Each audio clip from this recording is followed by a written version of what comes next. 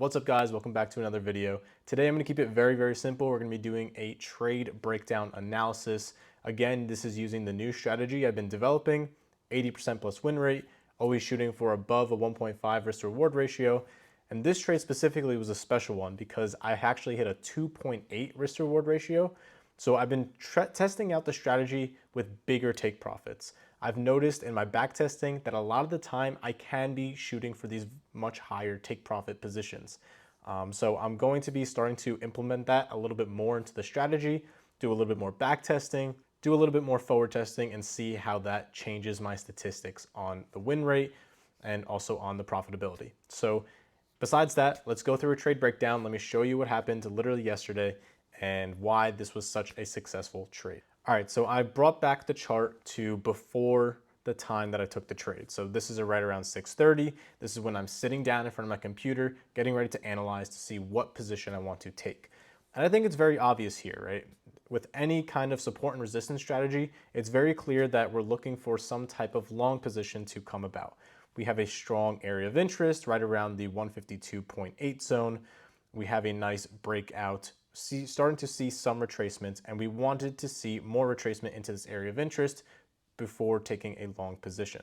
So not only do we have a pretty nice psychological level of 152.8, but we also have the EMA coming up pretty quickly to help us push price upwards and give us those profits. So 15-minute is looking very strong, 30-minute is looking very strong in the bullish direction. All we're waiting for is a retracement into this area of interest. But of course, what happens? It doesn't decide to do that. Asia session opens and we never get to see the retracement into the area of interest that we wanted to see initially.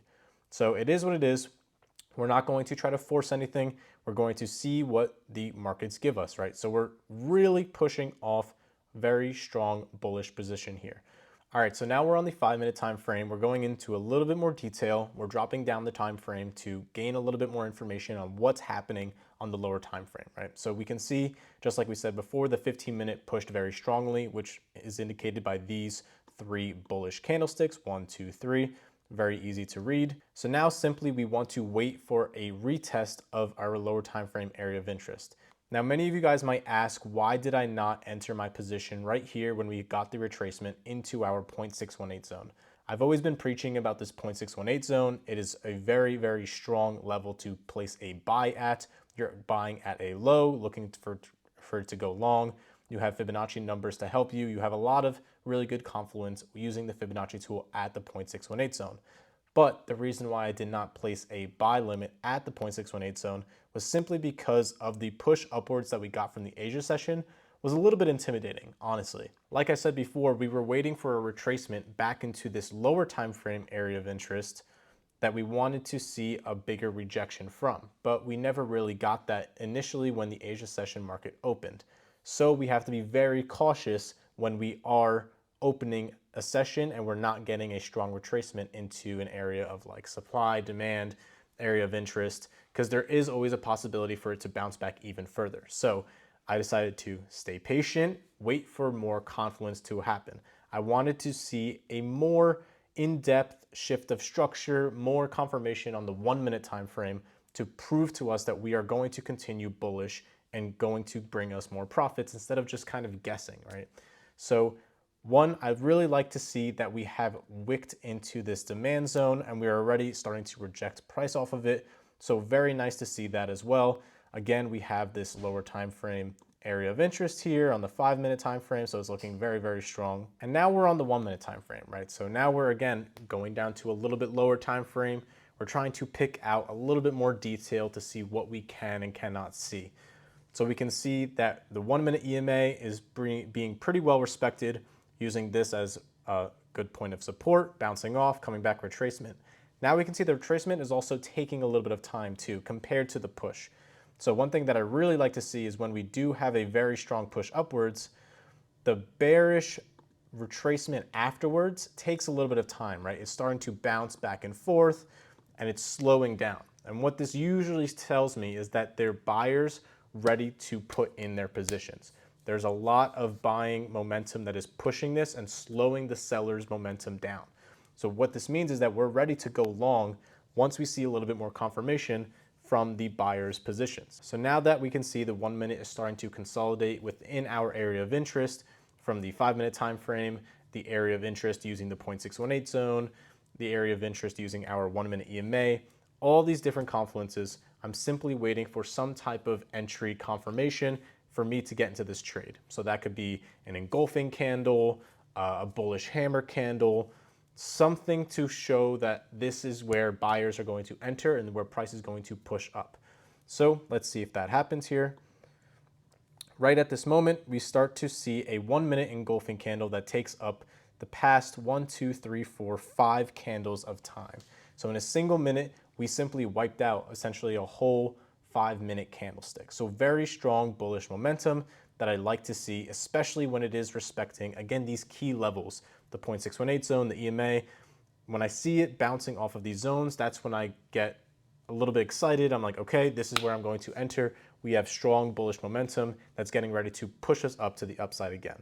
So this is exactly where I entered, right at the end of the 1 minute candlestick, right when it ended bullish engulfing from the past 5 minutes of candlesticks.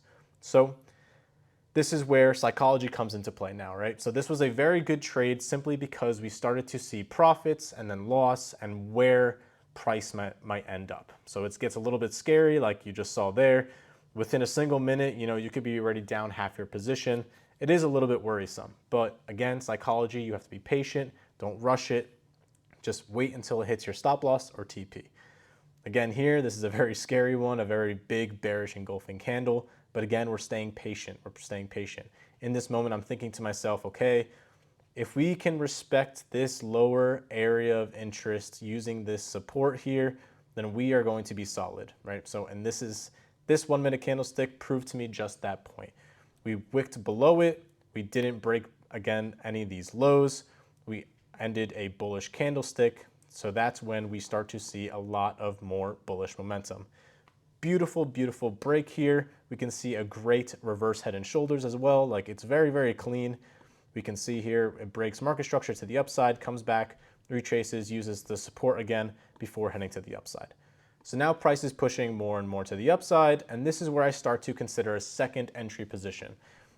Unfortunately, we did not get a second entry position because I was waiting for something like this to happen where I can get into another position at another Fibonacci 0.618 zone, which would also be using, again, this lower time frame as support. Your EMA would be used as support again to push us to the upside even further. So unfortunately, we didn't get to see that retracement again, but I'm not even worried about it simply because when you are scalp trading, the price is moving up and down very quickly. So within a couple minutes, you can be getting those losses or wins. And we can see here, my 0.618 entry did not get wicked into, and we just continued to the upside. Not worried about it at all, right? Obviously, because I'm still making good profits here. I'm not stressing about not getting into my second entry position. So this Fibonacci sequence, we can just delete. But this is simply the part where we just have to set our take profit and let it ride, right? Just let it ride longer and longer. Normally, I've been telling you guys that my entries always are around 1.5 to 1 risk to reward ratio because we're shooting for a higher win rate. But the thing is, I've noticed a lot in my analysis and my back testing that we can be shooting for higher risk to reward ratios. I'm going to be doing more back testing and more forward testing with these higher risk to reward ratios. So I'm not going to promise anything yet, but so far it's been looking very, very pleasing, right? So here was one of the trades where I wanted to risk a little bit more and see if we can get this breakout. This breakout above the high is the one that always scares me whenever I'm in a scalp position because we can easily use this as resistance to head to the downside. But again, staying patient, we're not doing anything, we're not moving our stop loss, we're not moving our take profit. At this point, if you do want to move your stop loss to break even, I wouldn't even be upset because you're up a good amount of money and price can reverse on you within a second. So for scalp trading, that's up to you if you want to do it. My stop loss is always set at my stop loss. I'm not changing it no matter what. So we're still waiting for the retracement and we get a nice clean breakout. So again, we're just waiting and we finally get wicked into our take profit. So it's very, very clean. I loved the market structure that we got to see. Super easy to understand where my stop loss was also. It's very simple. I always just place my stop loss below the most recent market structure. So in this case, since I was trading more frequently and more diligently on the 1 minute time frame, my stop loss was below the 1 minute lows. I really could have put it here, but that is very, very tight for me, especially within the 1 minute. I do not want to feel like shit after losing a trade within a 1 minute candle. So I was more than comfortable with having 5.5 pips as my stop loss and shooting for a 15 pip take profit. So very, very clean, 2.8 to 1 risk to reward ratio, over 80% win rate with my strategy. So it's looking very, very clean. And I'm super excited to dig deeper into the strategy, do a little bit more back testing to really prove not only to me, but to you guys that this shit works. Thank you guys so much for watching. I really appreciate you. I hope you guys learned something. If you have any questions about my new strategy, go ahead and hit me up in the comments or DM me on Instagram. I'll be happy to reply. And yeah, good luck trading this week, and I'll see you guys later. Peace.